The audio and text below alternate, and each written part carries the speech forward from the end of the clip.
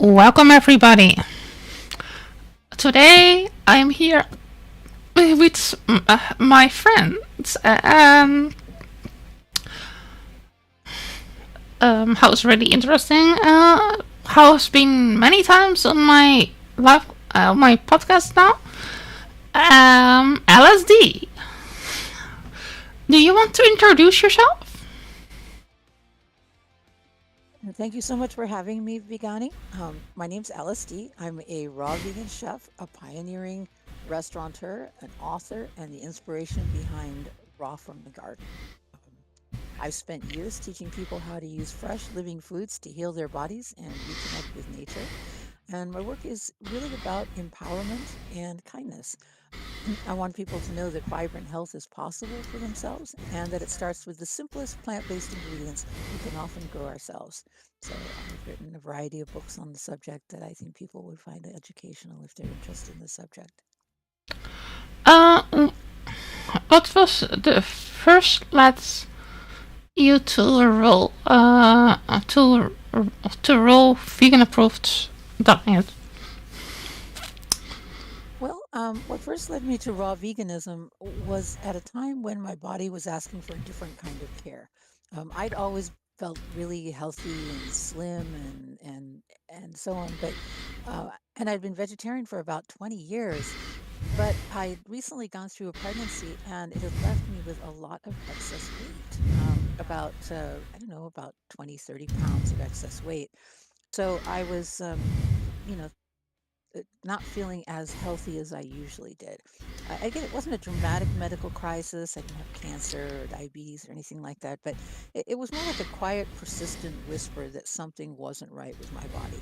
I was also feeling tired, foggy, and disconnected from my own energy. When I started experimenting with raw foods at the suggestion of a friend, and I went raw vegan overnight, I might mention, rather than doing a more gradual transition. But the shift I noticed was almost immediate. My digestion improved, my mind cleared, and I felt this amazing sense of vitality I hadn't felt since childhood. I really felt like I was rejuvenating myself. And I also lost weight. I lost about 40 pounds in about 3 months, which is pretty remarkable. So I kind of was a little bit concerned for a while that I, might just keep, losing weight until I became a skeleton. But that didn't happen. What I did is I got a little bit of advice on how to stabilize my weight, and I just added a few nuts and avocados to my diet, and that did the trick. And I gained about 5 pounds and then stabilized. It was wonderful. I felt like I was back to my youth again, and I felt also very happy. I think that's the other thing I noticed with the raw vegan diet was that it cleared up my mind so that I was mentally clear, but it also cleared up my conscience because I wasn't exploiting animals in any way, and I would naturally feel bad about exploiting and harming animals. And I just felt that, just much, much happier, almost like a sort of bliss feeling. And I think that's what some people refer to as the raw vegan high. It's one of the great natural highs of life that's available to people that actually choose this lifestyle. And it's you don't have to take drugs, you don't have to sit and meditate or anything. It just is naturally there for you. So I was delighted. I felt like a deer bounding through the woods with all the energy I had. Didn't have to sleep as much, and could get a lot more done in life, and felt happier about what I was doing. So I felt that it was a win-win all around. And basically, raw foods made me feel alive in a way that cooked processed foods never had. So that's when I realized that this wasn't just a diet; it was a return to the way my body was designed to thrive.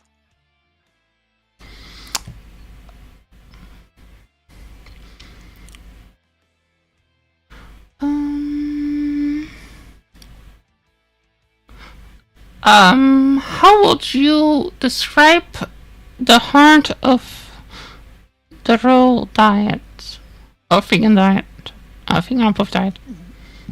Oh, the heart of the raw vegan diet. Well, at its core, raw veganism is about honoring the natural intelligence of the body and the foods that it is supposed to consume for optimal health. When we eat foods in their living state, fresh fruits, vegetables, herbs, sprouts, nuts, and seeds, we're giving our cells the exact materials that they need and were designed to repair, regenerate, and functional optimally. There's a purity to it. Nothing is destroyed by heat. Nothing is altered or denatured. You have access to the full amount of vitamin C in the food that is destroyed by cooking, as well as some of the B vitamins that are also destroyed or leached out by cooking. So you have vitamin C improves your immune system functioning, whereas the B vitamins, they are responsible for a variety of things, including your the health of your nervous system and your energy levels. So this partly explains probably why I experienced the phenomenon I did when I went to a raw vegan diet. Basically, you're eating food the way nature created it. Now, doesn't that make sense? No other creature on the planet kills their food by cooking it. So why should we? And I think that's the key part here. Um, the raw vegan food is full of enzymes. It's full of water, living water that is grown into a plant. It's full of fiber in its natural kind of, I guess, more fibrous state, because when you cook it fiber a lot, it tends to get all floppy. But when it's raw, it's stiffer and does its job of cleaning your digestive system much better. And you also have the life force of the plants. I mean, you can take a carrot and, pull it out of the ground and let it sit around for a while, and it will sprout. It's still alive. It's still capable of becoming a carrot plant. So, the life force that is contained, or the key in the Asian traditions that is contained in these foods is still active and present. Also, let's talk a little bit about enzymes. Enzymes are proteins that are contained in food. And when you heat enzymes, and they catalyze reactions inside your body. And when enzymes are heated above the temperature of the sun on a hot day, which is about, say, 117 degrees, then they become denatured and they're no longer able to catalyze those reactions. So enzymes are harmed by cooking, and they become denatured. Um, so the beautiful thing about the raw vegan diet is that your body recognizes raw food instantly. Raw food doesn't fight you. It doesn't drag you down. It supports you. It lifts you. It gives you energy instead of taking energy away, needing to digest this food that is not in the state that you were naturally designed or evolved to consume it. And that's the heart of it for me. We're talking about a return to nature, a return to our natural diet.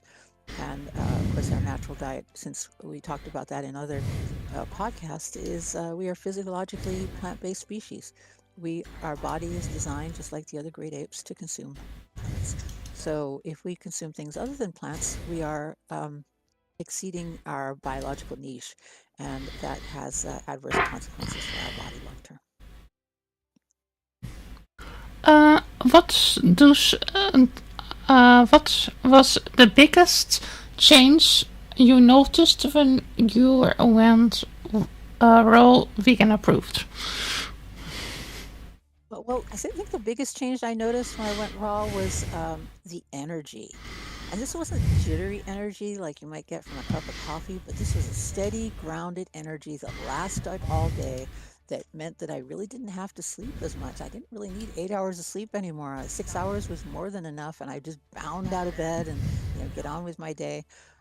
My skin changed. My skin became clearer. My eyes became bluer. My digestion changed and normalized. My mood changed. So those were the things that I really noticed. I started to, my mood just got happier and happier, and I just became more blissful. And that seemed part of the whole phenomenon. I think the other shift I noticed was mental clarity. Being able to no more brain fog. I was able to focus clearly on projects that I needed to do, get things done. And that's really helpful when you're doing something complicated or requires a lot of focus, like writing books and so on. Having mental clarity is key. And I felt like someone had basically cleaned the windows in my brain, that all of a sudden I was able to see things clearly, reason clearly, and that I had the energy to engage in new things. So it was a delightful experience overall.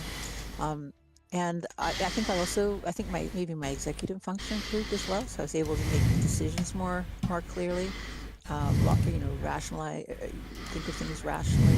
And I was able to stay emotionally balanced in situations that used to overwhelm me. So I also felt increased emotional control and reduced impulsivity. So I felt overall it was a huge win-win. Not only was I being kinder to animals, but I was also being healthier for myself. So raw food really doesn't just change your body; it changes your mind and your relationship with yourself and your fellow creatures.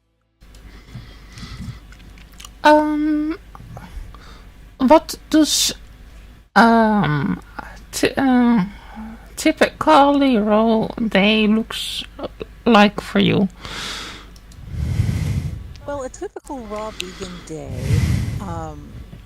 my view is to stay simple and intuitive as much as possible. Yes, my recipes, that I prepared in my restaurant were maybe a little more complex than that, but overall, life can be a lot simpler. I usually start with maybe fruit or green juice, or if I want something a little more substantial, I might try with some raw ola, which is like a raw version of granola. But in general, I like to have something hydrating and light that wakes up my digestive system gently. Around midday, I'll have a big, colorful salad, and I do love salads.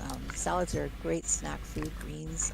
If you think about apes in the wild, they're usually going around snacking on plants all day, looking for fruit, snacking on plants. So a great snack is greens, leafy greens. The chimpanzee diet is about 50% fruit, 40% greens, and 10% other stuff. So if you want to think about your food pyramid, you're looking at a base consisting of fruit, a next tier consisting of leafy greens, and then above that you have nuts and seeds and maybe sprouted grains and legumes if you wish to add those too. Um, but in the afternoon, I might snack on, say, raw crackers. I used to make some delicious 5 seed crackers that last a long time and they're dehydrated in a dehydrator. I also might have veggies with a raw vegan dip, maybe with cashews. Now, cashews are a little bit controversial in the raw vegan movement because it's very hard to get cashews that are truly raw. So, because they have uh, a coating on them that is uh, difficult to pick and remove without heating. So because of that, they're usually steamed, which makes them not entirely suitable for a raw vegan diet. But you can also use other nuts. You can get raw almonds in most places, although it has been prevented in California, sadly. California almonds, which is the primary supplier of almonds in the United States, have been ordered to be pasteurized, and that's a problem for raw vegans. So you can obtain raw almonds from Italy and other places, but the California almonds, unfortunately, not anymore. And that was very controversial in our movement when that happened. Um, yeah, or a piece of fruit is also another great snack. Bananas. Whenever you see an image of a chimpanzee, you usually see them holding a banana. Well, that's not accidental. That's because they love bananas, and so should we. Bananas are a great food, as long as you're not, trying to reverse type 2 diabetes or something like that. Bananas are an excellent source of potassium and sugars that are good for us. Um, and then dinner's where I get creative. That's where I tend to spend most of my time preparing food. I don't have to think too much about breakfast or lunch. But dinner, I might make a raw lasagna. I might make some raw tacos, some enchiladas. I do like Mexican food, so I have another book called Mexican Vegan Cuisine, and I had a Mexican cafe. So I also like to have some Mexican style dishes. But I might as well make it like hearty bowls, like acai bowls, something marinated and dehydrated for the depth of flavor, like my nut loaves or vegan pizzas, raw vegan pizzas or something like that. Oh, and then I also um, made this delicious nori rolls, which have a kind of a salmon-y type flavor. They're called mock salmon. Of course, no real salmon in them, but they're made with carrot pulp. So the juices, if I had some carrot juice for breakfast, I just keep the pulp, and then for dinner I can make a mock salmon nori rolls, which are delicious, and those were very popular in my restaurant. And I really just don't count calories or follow rigid rules. As long as you're staying 100% raw, my experience is that the weight melts off. Just if you are on a weight loss program, then I would suggest staying away from nuts and seeds and avocados in any significant amount until you've reached your desired weight, and then just add a few of those back until you stabilize. That's the general protocol that I follow personally, and that's why I was able to achieve such a dramatic weight loss in such a short period of time. I didn't eat a lot of nuts, seeds, or avocados, and then adding those back in allowed me to stabilize and get to the weight that I really felt comfortable at. So that's how I, would approach it. Again, it's not difficult. It's not rocket science. Just about anybody can do it. Just stick to raw plant foods and avoid nuts, seeds, avocados if you're looking for weight loss, and add them if you're looking for weight gain. Um, Mm-hmm. so anyway, just really listen to my body and give it what it asks for, which, when you start to re-educate your tastes, is really fruits and greens to the largest extent, with a little bit of nuts and seeds and thrown in for fats, and you should be more or less fine.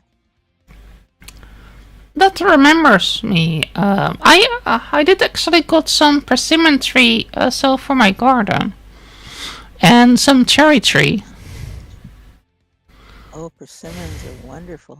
Yes, I love cherries. So those are, yeah, persimmons are a wonderful fruit, especially because they ripen in the fall and they can last quite a long time after they've been picked. So they're delicious to consume. There's two different types. There's kind of the little flat type, and then there's the pointy type. And the flat type can be eaten when they're a little bit hard, but the pointy type need to be fully soft, otherwise they're very astringent. So I like to eat persimmon when they're when some people think that when they look like they are filled with jam. right, yes, yes. That's the way to eat the pointy type. Wait till they're all soft and jammy. The other type though can be eaten hard, like a little bit like an apple, but it's best to wait till they're soft anyway. They're just so delicious. They just melt all over your hands. I mean, they're amazing. I love persimmons. I'm trying to re-educate my art teacher how to eat fruit because she likes to eat fruit unripe. Oh yeah. You should wait till it's ripe. Bananas should have a few little brown dots on the outside and shouldn't be too green. And apples, well, apples tend to be pretty stable. Pineapples should be a little yellow on the outside. Um, just look up what indicates ripeness in fruit in your AI, and it'll tell you Yeah, what fruits should look like when they're ripe. you can also there are also studies so that you can look up their tabels and so what it looks like whatever you want to use.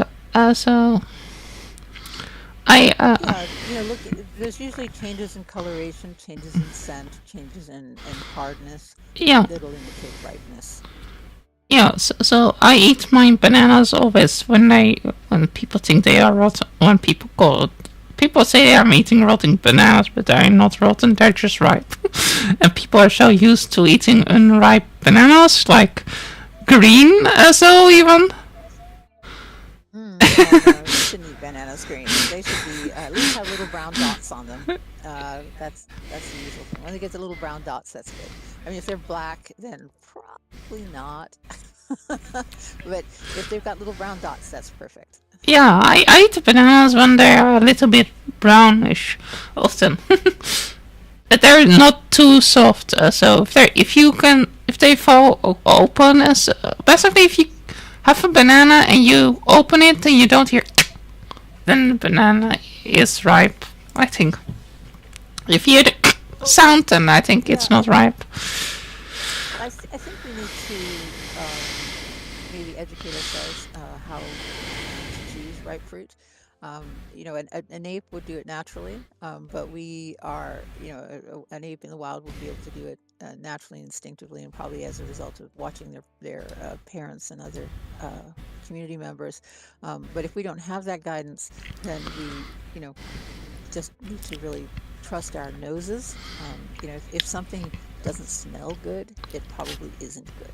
So noses are very important. If you have a congestion, you can't smell, then trust your eyes and your experience. But if you can smell, use your nose as a sensor. It will, if it smells bad, don't eat it. That's the general rule.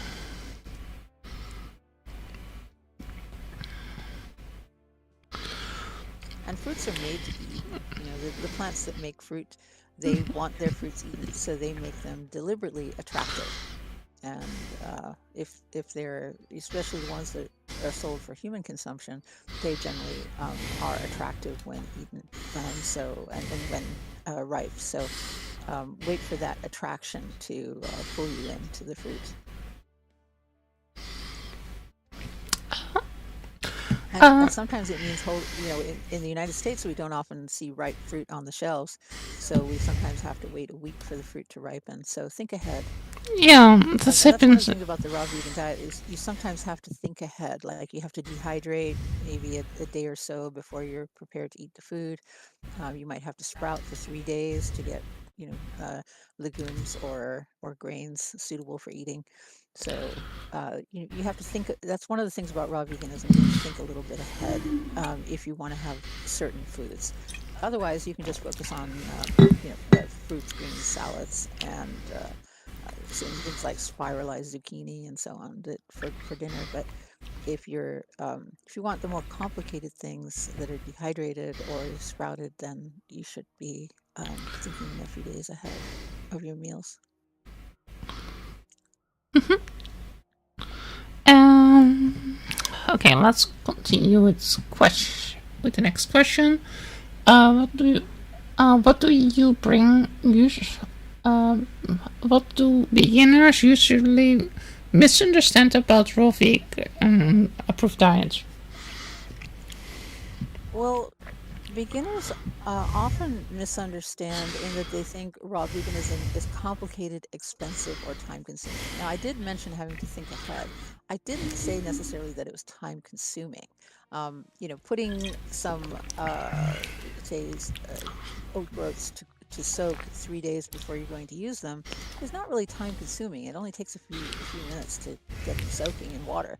But the time before they're ready is significant. So that's why I say you have to think ahead. Now, I didn't say it's going to take a lot of time. It's just that you have to think ahead. Um, and, yes, we do spend some time chopping and dehydrating foods if you're interested in certain textures. But these days, a food processor can take care of most of that for you. So I do recommend that everyone that's interested in raw veganism for a long-term experience, that they make sure they have certain toolkit. And I do detail that in the front of my book, what a raw vegan kitchen toolkit usually looks like. And that's one, usually they'll equip it with a blender. A Vitamix is ideal if you can afford it, but if not, just some kind of blender to blend foods and make them soft and creamy. And the other is a food processor, like the Cuisinart food processors that I used in my restaurant. They're really helpful. You can often get these secondhand, and they last a really long time. So usually it'll be, maybe one or two a lifetime you'll need for these things. And then a dehydrator Vitamix. if you want to make things like crackers and nut loaves and Essene breads and other sorts of thicker, and like wraps and stuff like that. So uh, And the truth is, I mean, raw food is incredibly simple once you understand the basics. You can have that equipment. People usually have equipment in their kitchen anyway, so you can have that sort of equipment. But it's not really that fancy, or um, you can actually do most things without those. You can eat perfectly well without those alternatives. But it does tend to make more options available for you. You also don't need particularly exotic ingredients. I mean, we're talking about, fruits and greens, primarily nuts and seeds. That's not that exotic. You can get that at just about any store. And you don't need to be perfect either. If you want to really experience the raw vegan high like I did, then it helps to be 100% raw. You're really not going to get the same experience at 80% raw or 70 or 50% raw or tofu or any of those other options. 100% raw is what gives the high. As soon as when I was on the 100% raw, I would take a little, just have one little cooked meal, and immediately I'd have to fall asleep. It dropped my high that much and that quickly.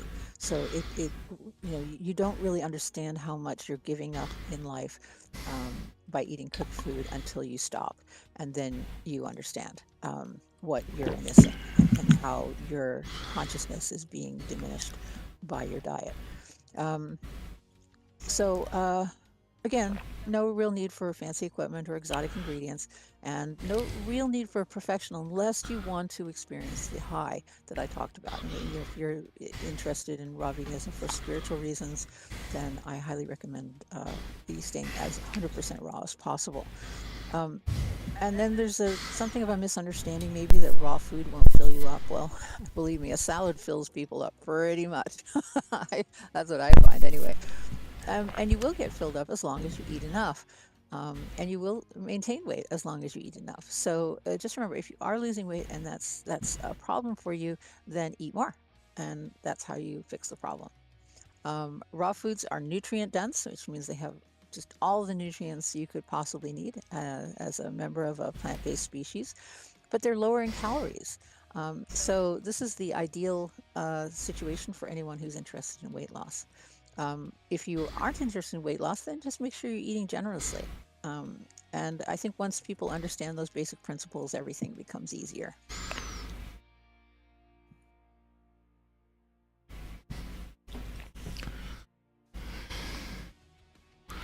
Um,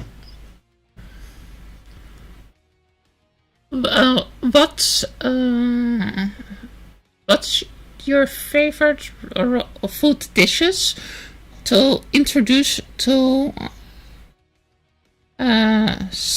skip skip skip Skeptics? yeah skeptics. Skeptics. Okay.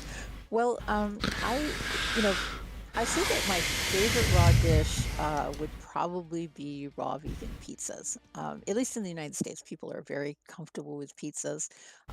And the raw vegan pizzas are really flavorful and healthy. And my version that I have in my raw vegan recipe book features a walnut pesto on a dehydrated sprouted buckwheat crust. So it does require a little bit of advanced prep in that you have to sprout the buckwheat and then you have to dehydrate it. So that's about 4 days that you have to think ahead. But when it happens, and you can keep those buckwheat crusts in the fridge for quite a long time, so you can have multiple ones after you've gone through the initial prep. It's delicious, and the walnut pesto actually lasts quite a long time too in the fridge. So once you've done the prep work, you can usually have raw vegan pizzas every night for a week or so. Um, People typically take one bite of these delicious pizzas, and they say, "Wow, this is amazing!" And for me, it's the perfect dish to showcase that raw food can be delicious and satisfying at the same time. And it breaks the stereotype that raw veganism is just salads and smoothies.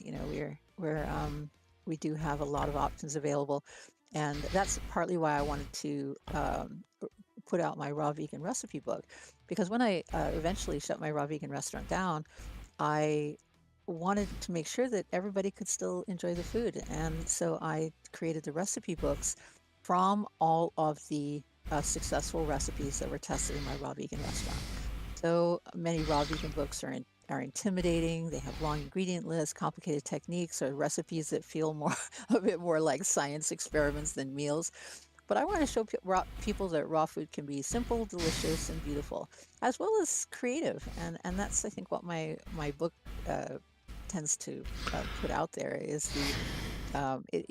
it's meant to be your companion in the kitchen, um, and educate people on how to get started with the raw vegan lifestyle. So I have a section in the front of the book, and like most recipe books that just kind of focus on the recipes, I do have a whole section in the front of the book about why raw veganism makes sense, and what the raw vegan kitchen looks like, and how to go shopping for a raw vegan diet, and so on. That basically it's giving you a lifestyle manual for the raw vegan diet, as well as the reasons for why you're doing it. Because let's face it, if you change your lifestyle, people around you are going to want to know why. So I think it helps to have answers to those questions as part of the whole package. And so my raw vegan recipes book has all that as well. And I also have a separate book called Why Raw Vegan, which if people just want to get their recipes somewhere else, then they can have all the introductory material in that book. So it's thinner, of course, but it is all so comprehensive and gives you all the lifestyle notes. Um, so basically, I like my recipes to be makeable. And if you can't comfortably make a recipe, it's not very useful. So even if people are brand new to raw food, I think you'll be able to find the recipes helpful. But they're also, visually exciting. I wanted there to be attractive pictures of the food, and so I took quite a lot of time with the photography, and wanted people to see that raw food isn't just healthy, it's vibrant, artistic. And that was the title I gave myself in the restaurant. I wasn't just a chef, although I kind of use that title now, but I was a culinary artist, and my culinary creations would always be served in an artistic method, either creating mandalas out of the food or other designs. So I would put my artistry into into each dish when I served it.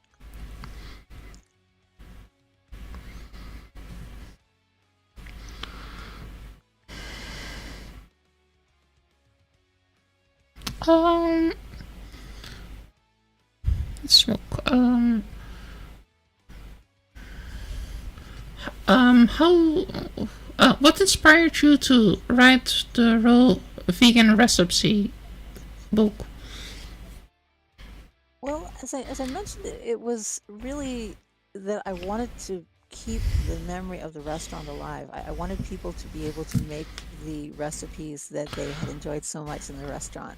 And even though the restaurant wasn't still here, I wanted it to continue to live on through the book. So that's partly why I wrote it. I also started a Facebook group with the same name, Raw Vegan Recipes, and I set up the website rawfromthegarden.com so that I could continue to put out the good news about raw veganism and hopefully reach a broader audience. Not everybody was able to come to my beautiful restaurant, so I wanted to make sure that the restaurant could now live online and that the message of the health benefits of raw vegan diet could reach everyone who had access to the internet. Mm-hmm.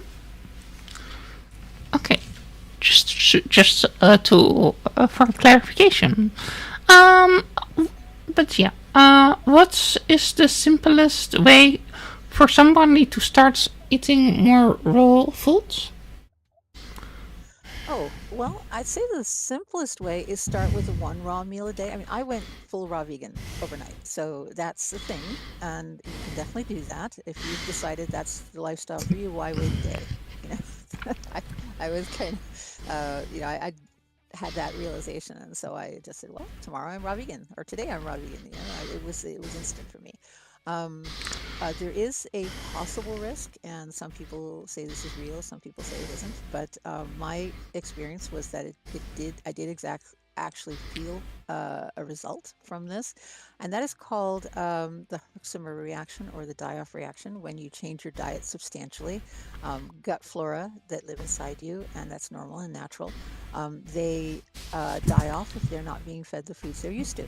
So when they die, they release substances that your body feels it needs to release, and you experience something called a detox reaction. So these reactions can feel a little bit like the flu, maybe a little bit of runniness, maybe a little bit of achiness, low energy for a day. Don't worry about that. If it does happen to you, it is just your body releasing these unneeded gut flora and really, moving them out of your body promptly. So that's the one thing I would let people know. If you're going to do an overnight transition or an instant transition, then consider that. I did experience that myself, and so I just wanted to let people know that even though there's some question as to whether or not it exists, my experience was that it does. It wasn't significant though, so I just continued through it and felt much better on the other side. So just think of it as your body is healing itself. Your body's getting better. And I think the simplest way to start, really, which was your question, is to start with one raw meal a day. Breakfast is the easiest. I think most, if you're starting a breakfast with fruit, smoothies, juices, maybe raw ola if you need something more substantial, and then add a raw snack on top of that. Then add a raw salad for lunch. Again, you don't have to overwhelm yourself by trying to change everything at once. Some people are good at that. I was. Other people not so much, and they need to go slower. But remember, if you want the raw vegan high, the faster you go, the faster you transition, the sooner you're going to feel that. So then so keep that in mind also. And also, if you're looking to heal yourself, a chronic disease like cancer, type 2 diabetes, and so on, start fast. Go through that eczema reaction. You need to heal. So I wouldn't advise even a day's delay, really, if that's the situation. Raw food naturally crowds out processed foods as your body starts craving the freshness and the energy from raw foods. And the key is to add before you subtract. So let your lifestyle grow organically. Allow yourself to lose weight naturally and healthily if weight loss is your objective. And you should ultimately feel the vibrance and the energy and the clarity that I experienced. So it's just a matter of time, and everyone starts from a different place. So the time in which they can experience those benefits can vary, but you've got an objective in mind. Keep it firmly in mind and stick with it, and have the support of your family too, because I think that's really, really helpful. If you can convince your entire family that's eating with you and dining with you to go raw vegan, then that is a big, big help, and it'll help you keep to the diet more consistently. Um, what do you hope people um take away from your work? Well, one thing I hope that they really take away from my work is that the raw vegan diet supports healing. It supports your life. It supports your vitality. It supports healing on every level of your being. Physically, it reduces inflammation. It improves digestion. It gives the body the enzymes and nutrients it needs to repair itself and keep its immune system healthy and its nervous system. Emotionally, it stabilizes mood, reduces anxiety because your body isn't constantly fighting heavy processed foods. Spiritually, it reconnects you with nature, with the diet that you were meant to consume, and your own intuition. It just clears you up and clears your spirit. When you eat living foods, you feel more alive. It's that simple. Living foods, more alive. Okay. I've seen people reverse chronic issues, regain energy levels, and transform their lives just by changing what they put on their plate. So, really, food is the best medicine. And if you're putting the right foods into your body should start to heal itself. And I want people to really walk away from my work knowing that healing is possible for them, that their body is not their enemy, that their doctors are not really necessary. I'm not suggesting that you immediately stop seeing your doctor. I'm just saying that when you learn to heal yourselves with foods, you probably will not need to see your doctor. Food is powerful. Food is powerful medicine. And you don't need to be absolutely perfect. Yeah, if you want the raw vegan high, perfection is useful. But if you want health benefits, just working your way into that high percentage of raw is going to be helpful. And you need to just be willing to let yourself do this. Let go of old patterns of traditional diets. Ignore what your parents eat or ate when you were a kid. Just focus on what you should be eating, what your physiology, your body tells you you should be eating, which is raw foods which is fruits, greens, and some moderate amount of nuts and seeds. Um, Raw veganism isn't about rules per se, although it's pretty clear that the general rule is don't eat anything that um, uh, comes from an animal, and don't eat anything that has been heated above the temperature of 117 degrees Fahrenheit. That's your basic rules, but honestly, that's pretty simple to get around. And you want to just start reconnecting with the simplest, most natural way of nourishing yourself. If someone listens to this interview and decides to eat one live food meal today, then that's a start. That's a beginning, and I'm happy with that. Keep it up, and hopefully it'll be 2 meals, and then 3, and then wow, you'll start to give talks like I'm giving right now about how enthusiastic you are about the experience that you had. Um, how does how do you make raw food exciting after uh, day after day for multiple for now for multiple years for more than 10 20 something years. 26 years. Yeah. 26 years. That's a long time. I know my little avatar doesn't look that old, but I think that what keeps me committed to raw foods after all these years, and what makes it exciting day after day, well, I think what keeps me committed is how I feel. I mean, how I felt before I went raw vegan, and then how I felt, now. It's just raw food gives me a level of clarity, energy, and emotional steadiness that I simply don't get from cooked foods. It can't. It's gone. It's missing. And if you don't have the right nutrients, you're not going to get the right results. So it's not about discipline or willpower. It's about aligning with what is natural and healthiest for me, and what I know through my research is natural and healthiest. When I look at my body, I can see what my body was designed for. That's called physiological diet. And there's an extensive amount of information in the scientific literature about how humans are physiologically adapted solely to eat plants. So when I eat raw, I feel like I'm living in harmony with my body and my fellow creatures instead of fighting.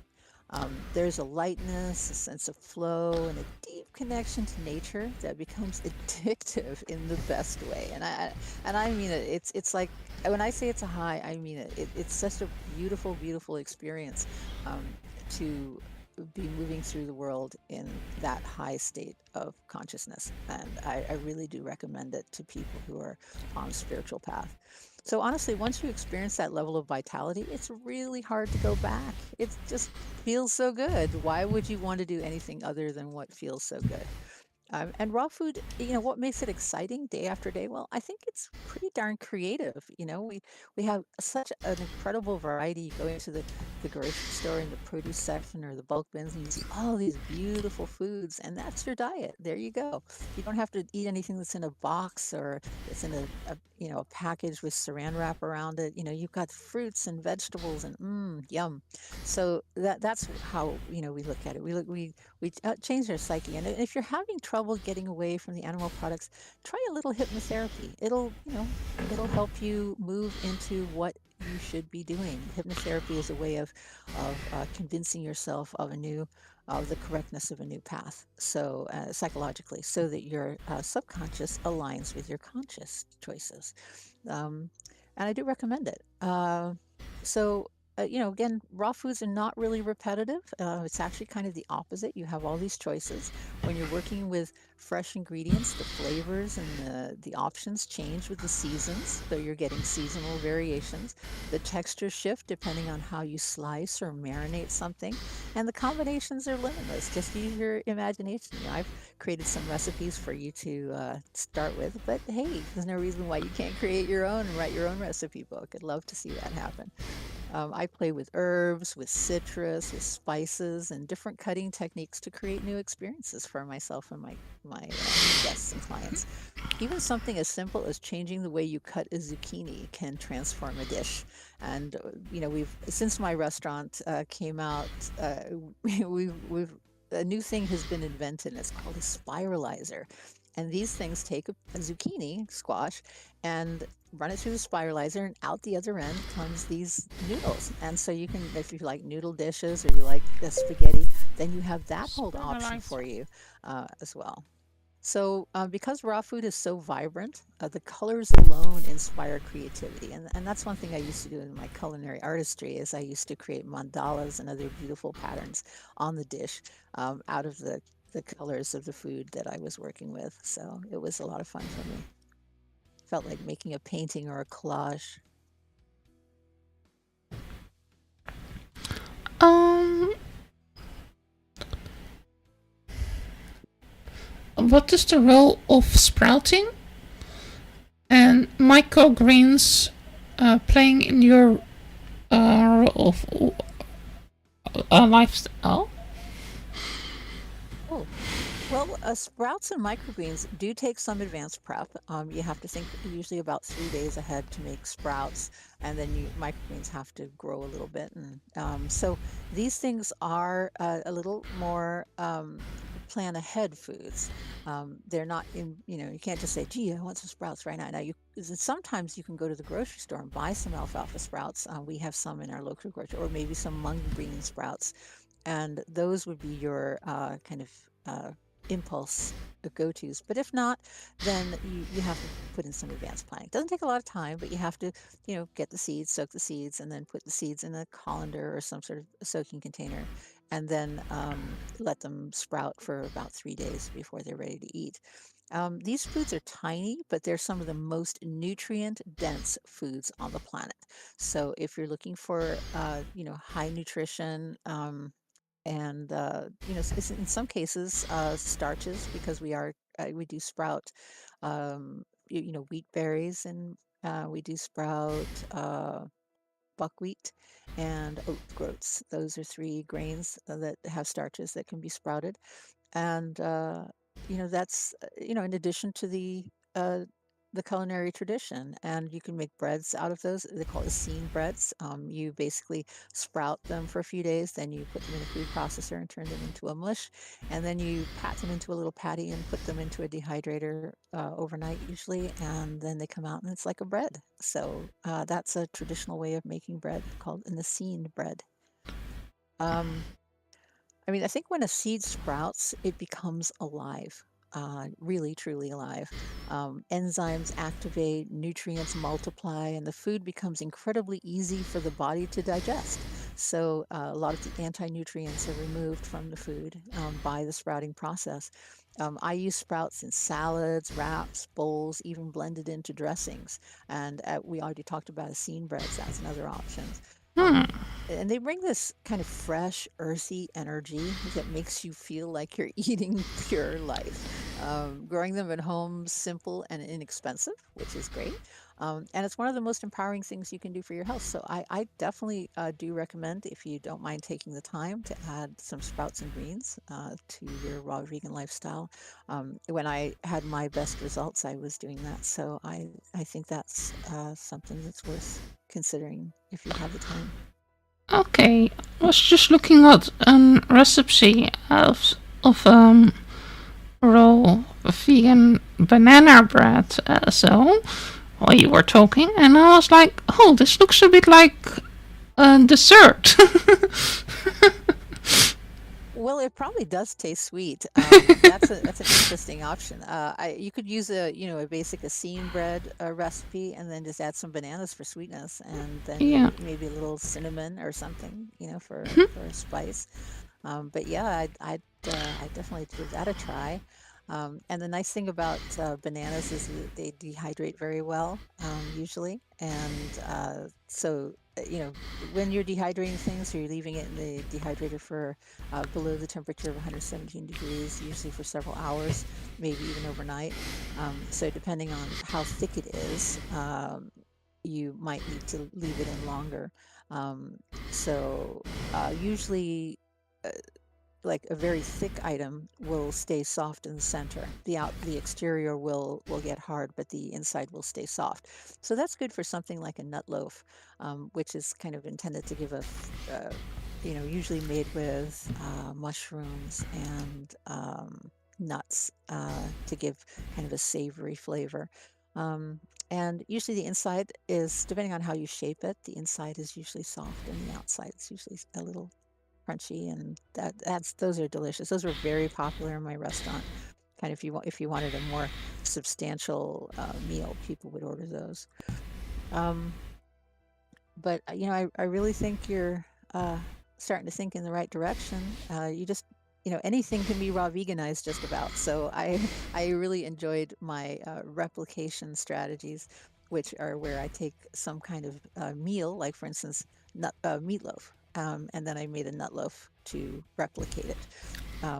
Put some sun-dried tomato sauce on top, and then served it with some living date mustard and some a side salad. It was delicious. So I think that's. Oh, and I also served it with some cauliflower mashed potatoes, which are really kind of a creative way of making something that looks and tastes a little bit like mashed potatoes. I used garlic for flavoring, and then added some coconut pulp for creaminess, and also um, well, I think that was but the recipes generally are in my recipe book. So if you're interested in any of those options, just check it out. Um, how do we? Mm,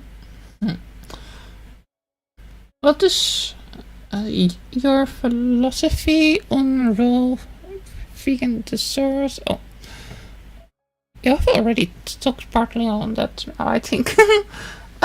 But do you want Well, to we go in talked. further? More? Sure. Well, some people, if weight loss is your objective, and or maybe you're looking to reverse type 2 diabetes, then maybe you want to give the desserts a miss for a little while.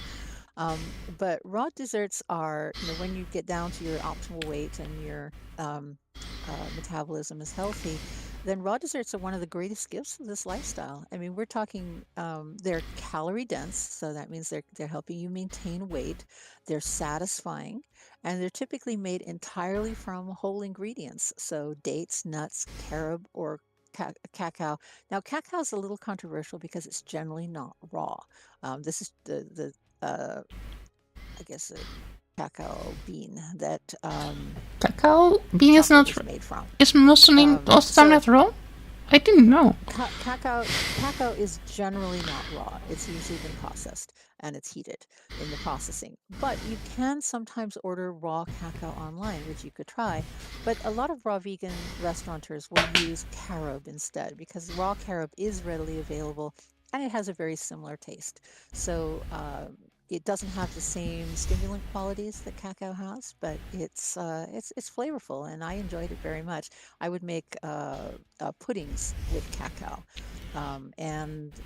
or sorry, with carob. I actually would give people the choice in the restaurant whether they wanted cacao or carob, with the understanding that cacao was probably not raw, but carob would be. So, Okay. and then adding fruit to that. So you're adding, dates and nuts. I think are the a key part of most raw vegan desserts. Um, you can make date nut crusts, which are delicious, and you can then put a variety of toppings on the top of that. Fruit-based toppings, pudding toppings. I think I did one that was rather interesting. That was a combination. Oh, that's right. It was my chocolate pecan pie. That was a combination of carob and raw tahini on top of a date nut crust with pecans on top. That was very popular, but filling. I mean, goodness gracious, that's a lot of calories. And when you eat one of those, it's like a complete meal. So, if you're an athlete and you need some extra calories, then that's the sort of thing you can use to add calories to your diet. Generally, if you're looking to add calories without a lot of fat, the optimal choice are dried fruit. Things like dates, in particular, are an excellent source of calories. And most people who come to the raw vegan diet are actually looking to do the opposite. They're looking for nutrient dense foods rather than calorie dense foods.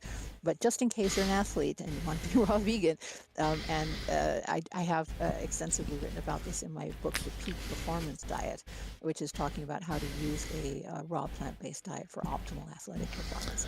You do have to eat enough calories. You don't want to get too slim. And so dates would be an excellent source of calories to fuel your athletic performance. Um, what is the biggest transformation that you personally experience when you did go fully raw? Well, I'd say the biggest transformation, the most obvious transformation, was that I lost 40 pounds in about Yeah, 3 months. I mean, that was pretty obvious yeah. and noticeable So, and except delightful to me, okay. because I went from feeling a little bit like an elephant to feeling like a deer, without that extra weight to carry around. So that was a big transformation for me. Um, so I guess it's my relationship with my body. I mean, before raw foods, I felt somewhat disconnected, like my body was something I had to manage or fix. And raw food brought me back into partnership with myself. And my higher consciousness. I learned to listen, to trust my intuition, to respond with compassion instead of frustration. I felt more emotionally stable. And physically, I gained energy, clarity, and balance in my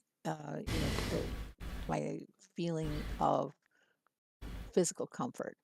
Emotionally, I felt more grounded, more resilient to adverse events.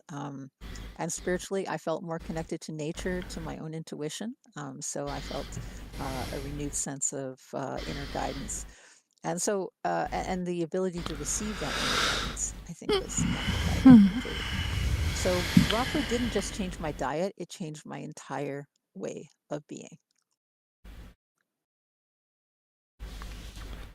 Um,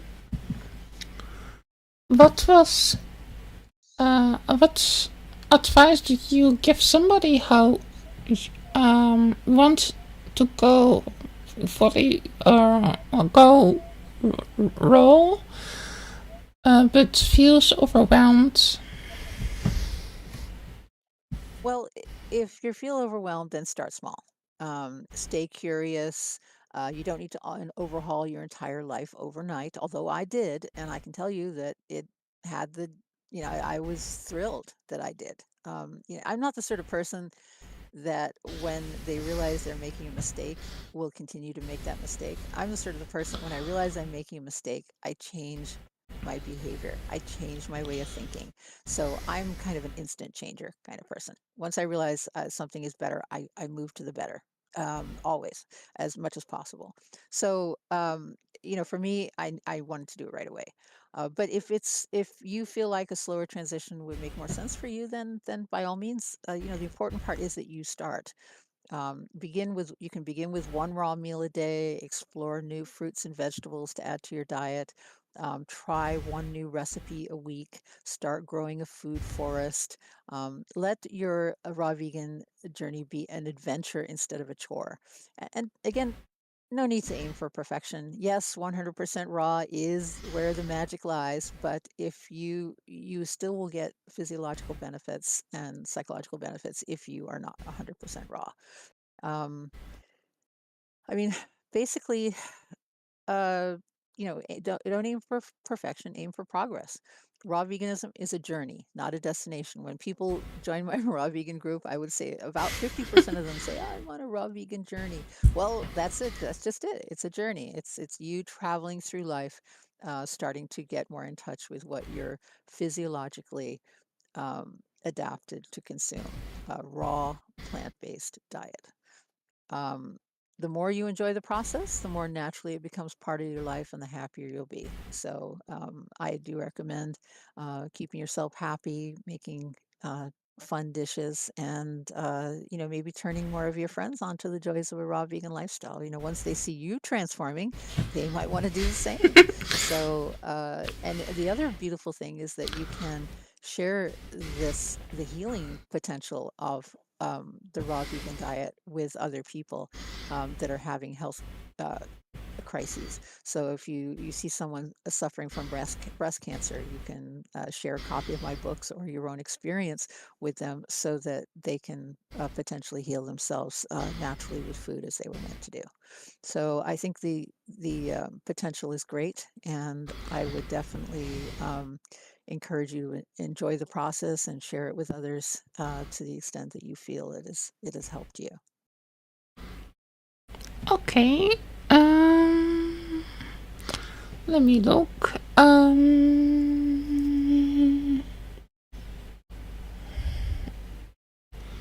How do you help people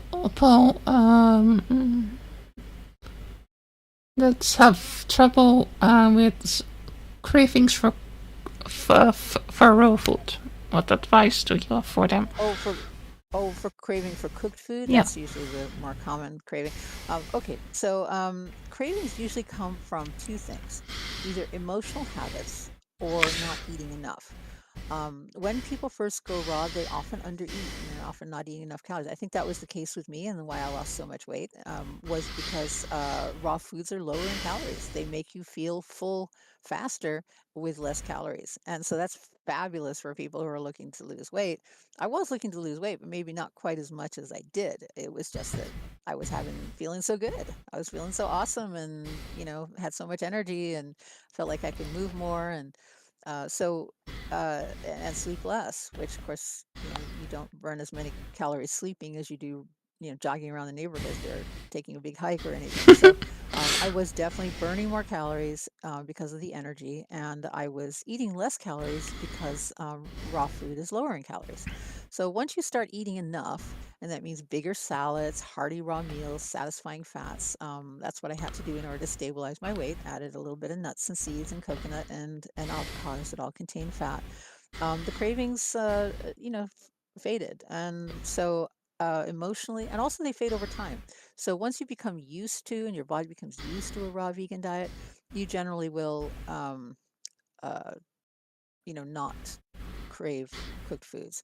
One thing I did notice though is that every so often I needed a magnesium upgrade. The way I would experience the symptom was that I would feel cramps in my feet or in my legs at night. And if that was the case, then I would just usually eat some almonds, and that would be sufficient to bring my magnesium levels back up to stop the leg cramps. So just wanted to throw that out there as a possibility in case that ever happened to anybody else. There are a few pitfalls that you need to take into account. First of all, vitamin B12.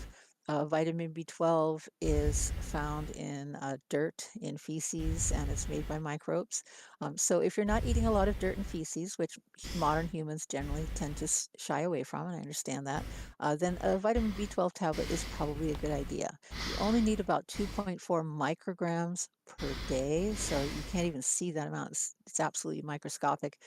But without it, you can experience adverse neurological symptoms. So it's a good idea to just simply either take a multivitamin or take a B12 supplement. And also, you don't need a huge amount. As I said, 2.4 micrograms is a really small amount. So just make sure you're just taking it regularly. Um, and your body does, it does keep around a 5-year supply in your liver if you're an adult. Children, of course, haven't developed that yet, but adults have. So you can go without that for a really long period of time, but it may eventually catch up with you. So good idea to B12 supplement. Um, and there's another possible side effect that some people can experience.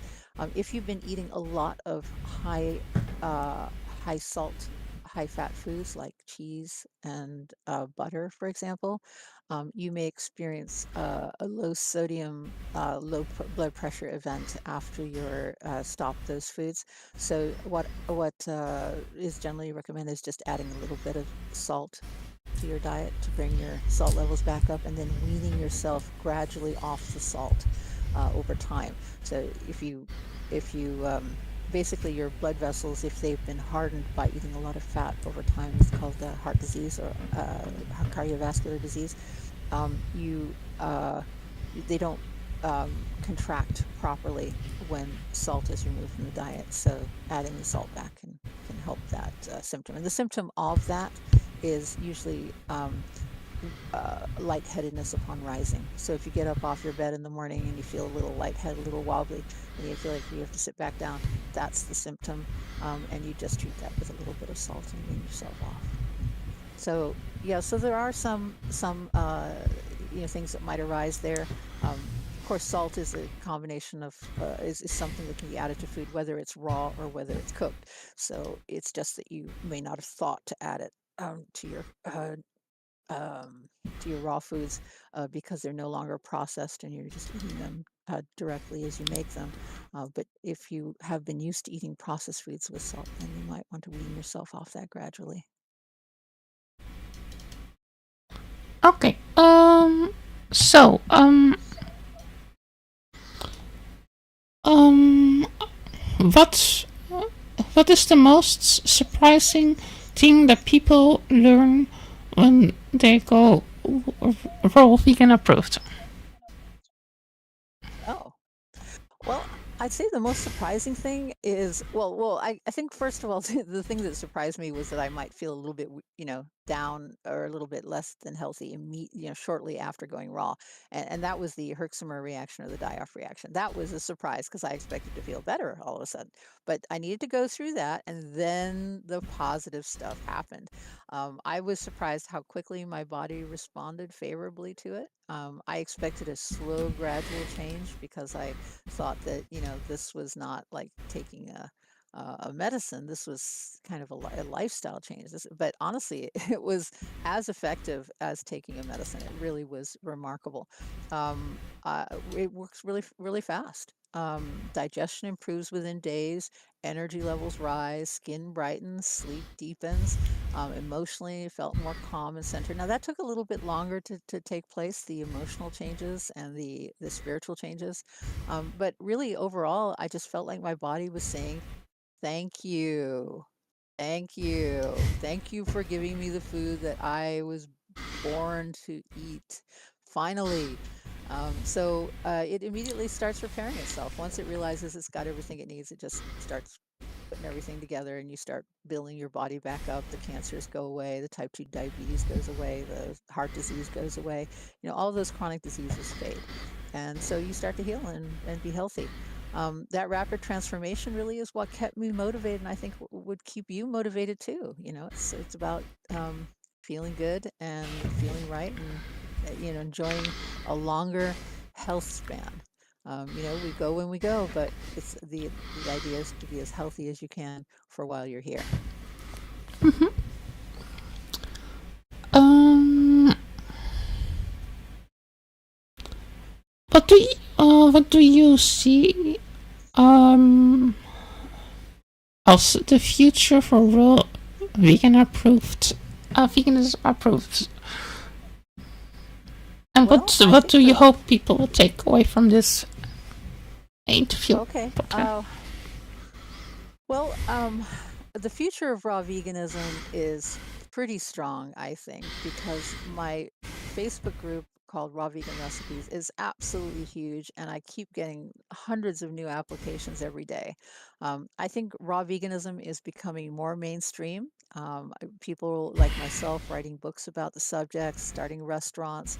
It helps people search for ways to heal naturally. This is one of the core elements of natural healing and nutritional healing is using diet to heal chronic health conditions.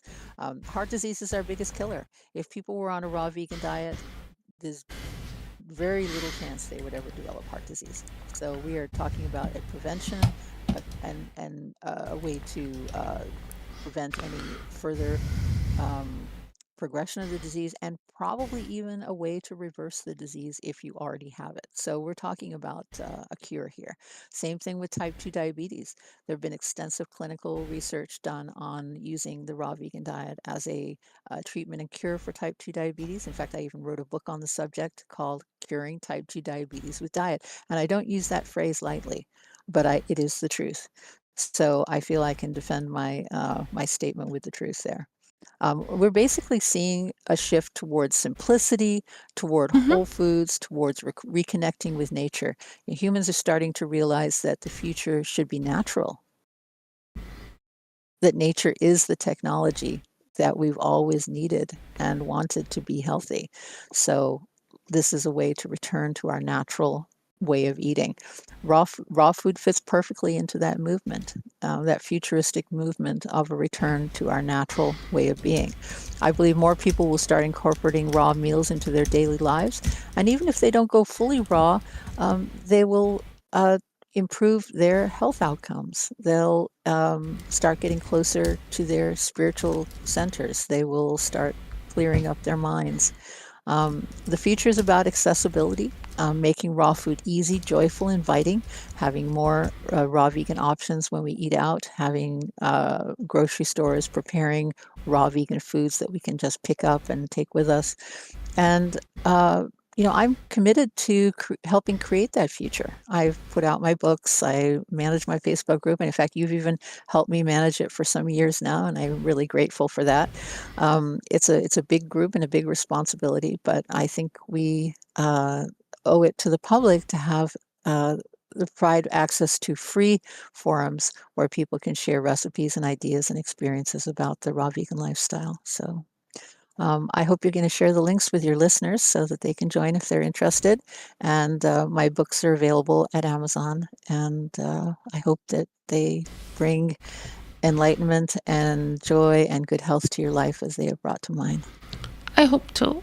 Um, it was lovely to have you today. Um, and I hope we can do another one on another topic for next week. So, with the next podcast. Yay, that would be fun. Thank you so much for having me on your podcast.